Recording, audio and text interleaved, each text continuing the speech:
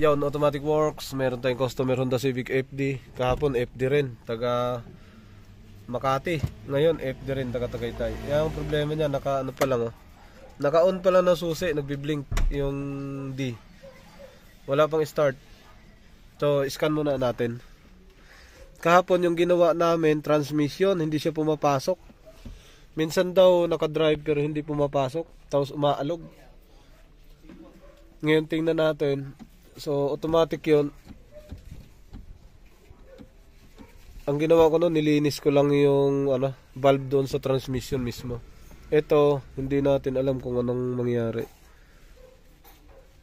2006 sir, ano? Opo. B-bar yan.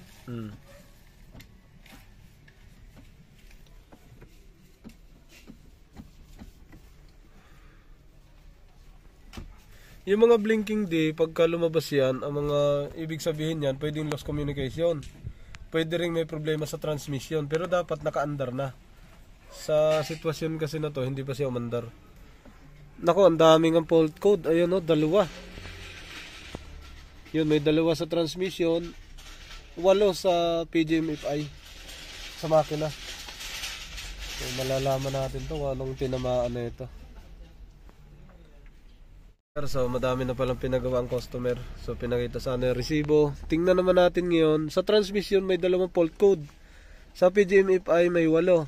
Sa body electrical may 2. So, tingnan natin kung ano-ano yan. So, si Sir ito Tagaytay, madami nang pinagdalhan. Yun, dala niya yung mga resibo niya. Tingnan lang natin, oh, nagbi-blink pa rin, oh. Nagpalit na rin to ng cluster. Ang concern niya, nakailaw pa rin yung brake la, tawag na ito? Ito, handbrake. Handbrake, nakailaw. Pangalawa, nagbi-blink yung D. Tapos minsan daw umiilaw yung battery, minsan daw hindi. So, scanning pa lang tayo. Yun. So, ayos na. Sir, picturean mo muna to. Yan, papicturean muna natin sa may-ari kung ilan yung fault code bilang. Yo mga sir, pinapicturean lang natin lahat ng fault code sa may-ari. Tapos tingnan natin dito, ulitin natin. Yan lang pag-scan pre. Tingnan natin tong PGM-FI, bakit napakadaming fault code. So, yan. Yan, EVAP, CBS, circuit voltage low, rear, air fuel ratio, oxygen sensor to. Permanent, ALD voltage high, permanent, fuel tank pressure sensor, high voltage, naka-permanent, temporary naman tong circuit. Oo, parang bumalik lang siya, 4 lang, bali naging 8. So, i-clear natin yan, yung pinakamalalim na fault code, yun ang balikan natin. Sa transmission, ito, FCAN, malfunction, PCM, ABS modulator control unit, permanent tsaka temporary. So, isa lang, 2 lang ang binasa niya. Dito, sa body electrical, tingnan natin. Pagka body electrical o BCM yan, mga tama yan, mga cluster gauges, ganun. Yan, gauge control module loss communication with BSA ABS modulator control. Yan, lumabas din yan doon. Gauge control modulator loss communication with SRS unit, SRS message. Okay, back. I-clear natin lahat to. Malalalim ang sira ni sir. Kung sino yung hindi maklear, yun ang pinakamalalim na sira. Clear, clear lang sa baba. Ayan, nabura naman. Nabura din ang automatic. Nabura din tong ABS. Unrecognized na siya. Unrecognized, body electrical. Ayan na. Nabura lahat sa makina, PGM-FI. Nabura din yung sa automatic transmission. Ang natira sa body electrical, yung LOSCOM. So, dito sa cluster, pumunta yan. Sa cluster pumunta yan, no? Ayun, cluster nga. Sa cluster. Bro, no? Sa cluster ang napunta ang sira. Cluster ang natira. Off, on. Nawala ang blink ng D. Ayun, bumalik. Start natin. Good start. Naka-check engine. Naka-clear.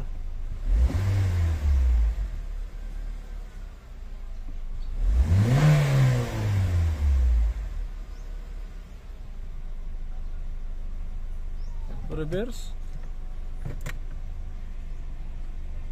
Normal. Neutral. Drive.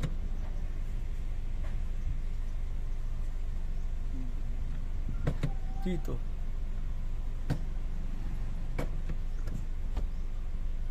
Babalik yan dito sa transmission pagka ganyan tama. Tingnan natin. Babalik dito yan. Tingnan natin ha. Neutral muna natin. Neutral.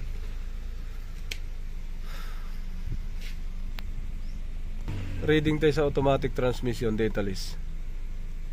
Okay natin. Vehicle speed. Wala. Input. Engine. Input. Okay, good. Engine cooling temperature 95 degrees Celsius. Oh. Mga 96 gagana na yan. Ayan ang solenoid valve. Naka NP. Shape control naka NP. Naka-off ang mga valve. Ay, ito. Yan. Yan mga valve lahat to. Nag-umpisa sa 0.47. Tapos 0.100. Naka-off. 80 park switch. Ayan, ito. Switch na lang to ng cambio. Yan. Sweep knob. Ito sa baba. Tingnan natin tong valve dito kung saan ang nagtatrabaho niya. Reverse. Reverse natin. Yung mag 100, yun yung mga nagre-reading yun, sa taas. Halos nag-reading lahat. Neutral, namatay. Nag 0. Drive. Yun, sa taas din. Bali, 3 o 2 sa baba. 80 yun, 2 sa baba. C naman ang gumagana. D3. C pa rin. Neutral. Drive. Sa taas naman A. A. Yung sa baba wala. Ayun, gana. Ayos Gumana yung pan 90. No, reading sa pan. Ang bilis. 95 na yun mga 96, 97 lang yung gagana no? Ang bilis Ay, 80 pala. 96 nga gumana. Ayun 96, 97, 98 yun. 95 yung una kanina. Maiksi lang. Okay na siya. Okay. Okay naman dito. Ngayon, ang blinking nito, maaari ko na sa cluster to. Lang, hindi ko pa nabasa uli yung yung engine pala kung ano naging fault code.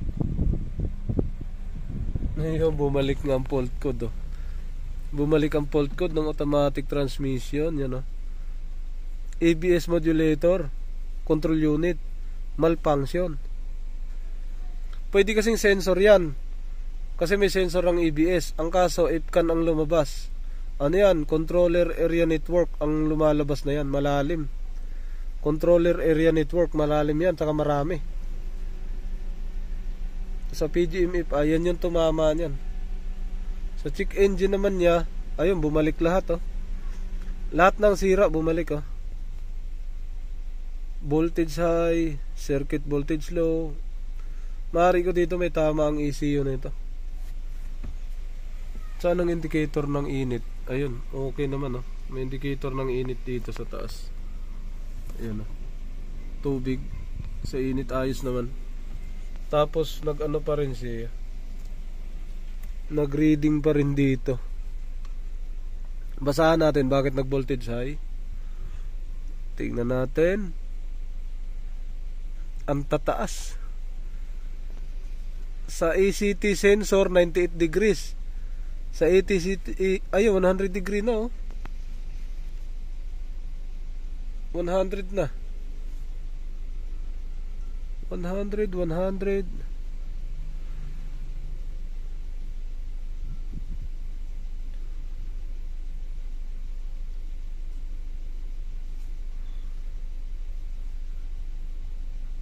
Anda.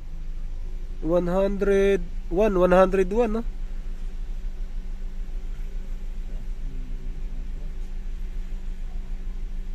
94, 92. Bumaba lang saglit lang. Ayun, bumaba lang siya ng isa. Bumaba lang to ng dalawa. O, bumaba na ang o, pababa na. Cool down na siya. Sa tubig to eh. Bakit ganun?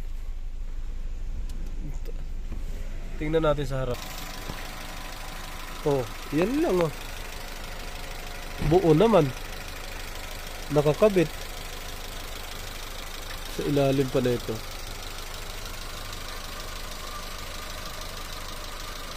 Non-ABS.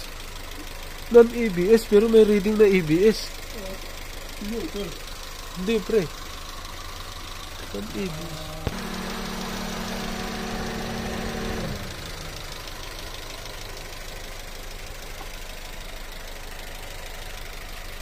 Halughugin natin.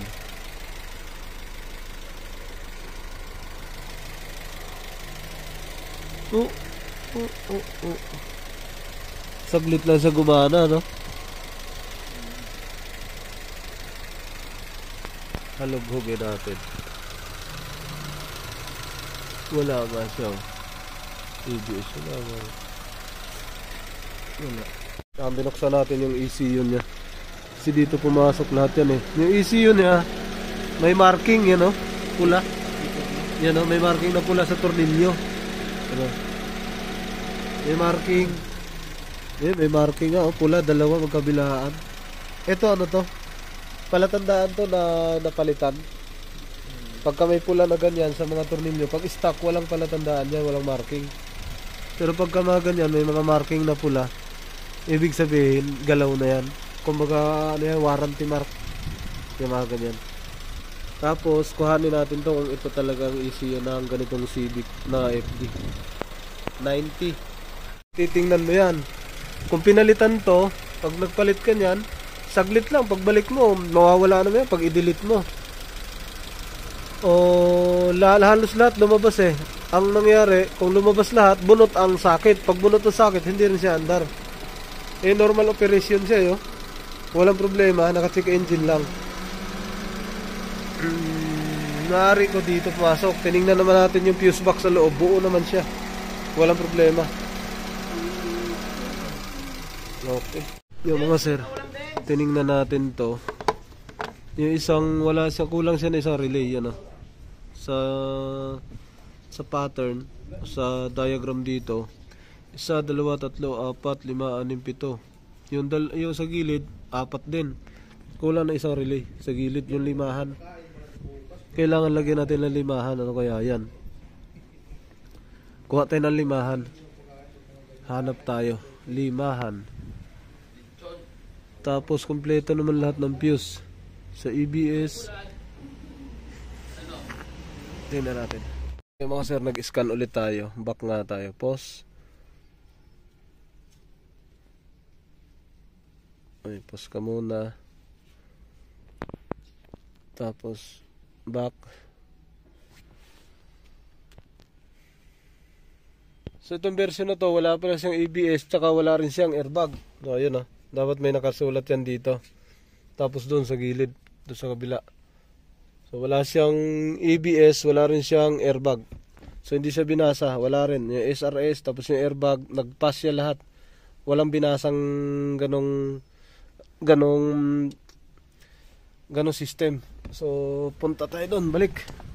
So sa nakita ko dito, napalitan to ng ECU. Kasi good ano naman eh, good balik natin to sa tatluhan. Buo naman ang kanyang ano, buo ang kanyang pagtakpag ano, andar. Wala namang naging problema. So sinundan ko rito. So radiator fan lang naman to. Walang iba. Tapos may ano, aklat din dito. Mga ano yan, mga mismo sa loob na system yan. Pagka mga ganyan. So malalalim yan pagka may ano, mga information yan. Yung mga nakasulat na I. Yan, information yan mismo. So pwede rin tayo mag-check doon sa mga fuse sa loob. Wala akong nakita dito. Yung namamatay na sa balik yung icon ng battery. Ayun, yung icon ng battery namamatay, tapos bumabalik. Ayun oh, kasi hindi na siya nakasakit type. Ano na siya, nakapin na lang oh. Isa-isa. Pwede naman natin isa-isahin yan, Tingnan mo doon sir kung nakailaw na. Kasi nababother yung may-ari. Yan. Nailaw? Yan. Yan. Nawala? Yun. Andito siya. Yan ang sira ng battery na nawawala. Pero si paring Ariel ang bumirada dyan. Ito yun. Yung sinabi ni sir na nawawala-wala, nagkakameron, nawawala. Ito yun. Pag on ang susi, yan o. Nagbiblink, yan. Galawin mo konti, pre. Yan o. Pre, wag mo na anuhin, hayaan mo lang. Okay, tapos yung transmission, linisin natin yung inhibitor switch. Okay. So wala siyang problema eh. Dapat malaki epekto, maluwag dito. Normal din naman. Normal. Yun, binunot natin. Nagkalawang na siya oh. So ulitin natin to. Lagyan natin ang tube. Naka-tape lang siya. Iti-tube natin. Yun, Honda Civic FD. Binibira naman ni pare. Ano ata, coilover. Kaya nagpalit siya ng spring, no? Oo. Kaya kinuha ko yung pinaglumaan. Saan yung stock? Ano mo? Tapat mo. Pinutulan yan? So, papalit na ang ano. Pinutulan nga, no? Umiksi, no? So, back to stock. Honda Civic FD.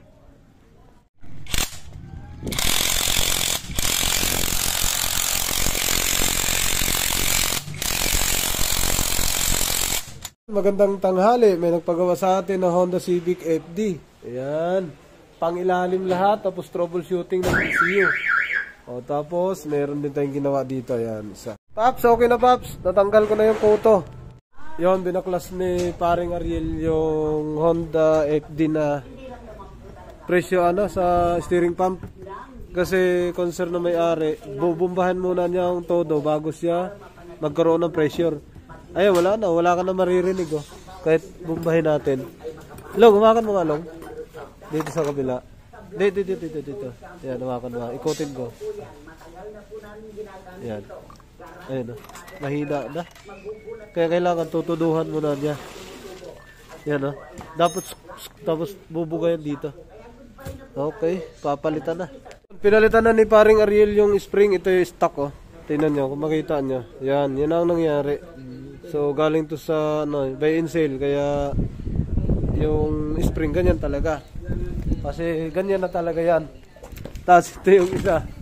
Yan yung isa ito naman. Ganito na talaga to, mga new generation ng mga spring.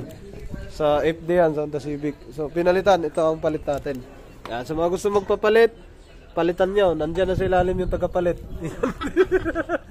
Yon mga sir, pagkatapos si sir magpagawa ng ng electrical, nagpagawa din siya ng pangilalim. Ito, yung spring niyan sa harapan, pinalitan, tapos ito sa likod, yung shock, coil spring sa harap, pinalitan, tapos coil spring sa likod, pinalitan, ito yun. So ito ay galing sa buy and sale daw to, nabili niya, ganito na itsura. Sa likod to, sa likod, napalitan na rin lahat yan. Ito yung dalawang likod to, ayan. Dalawang likod, may letter S, may letter... Hindi na maliliter to eh. Balubaluktot na. So, pag tumakbo daw siya, parang gumigiling yung sasakyan na, gumigiling-giling. Yan, ito na sa ilalim ang pinalitan. Yan, naikabit na ni paring Ariel, yan Wow, smooth na smooth, pati sa kabila, ganun din.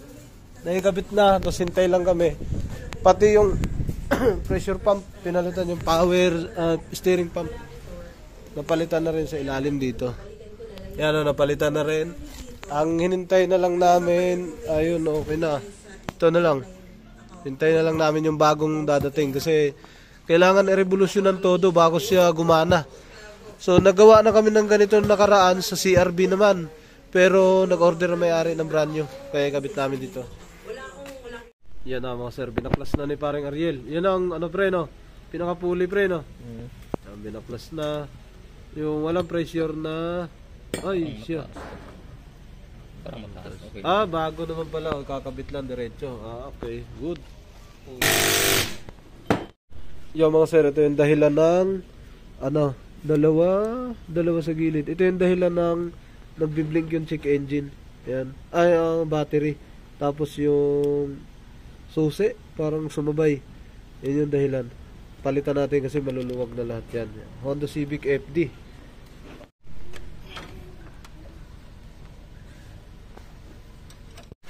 Yun, napalitan natin na natin. Tapos yung steering pump, napalitan na rin. Tapos, parang butas.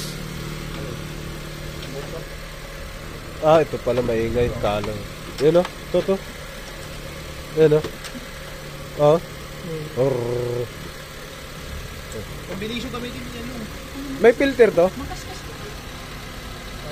May filter? Meron po.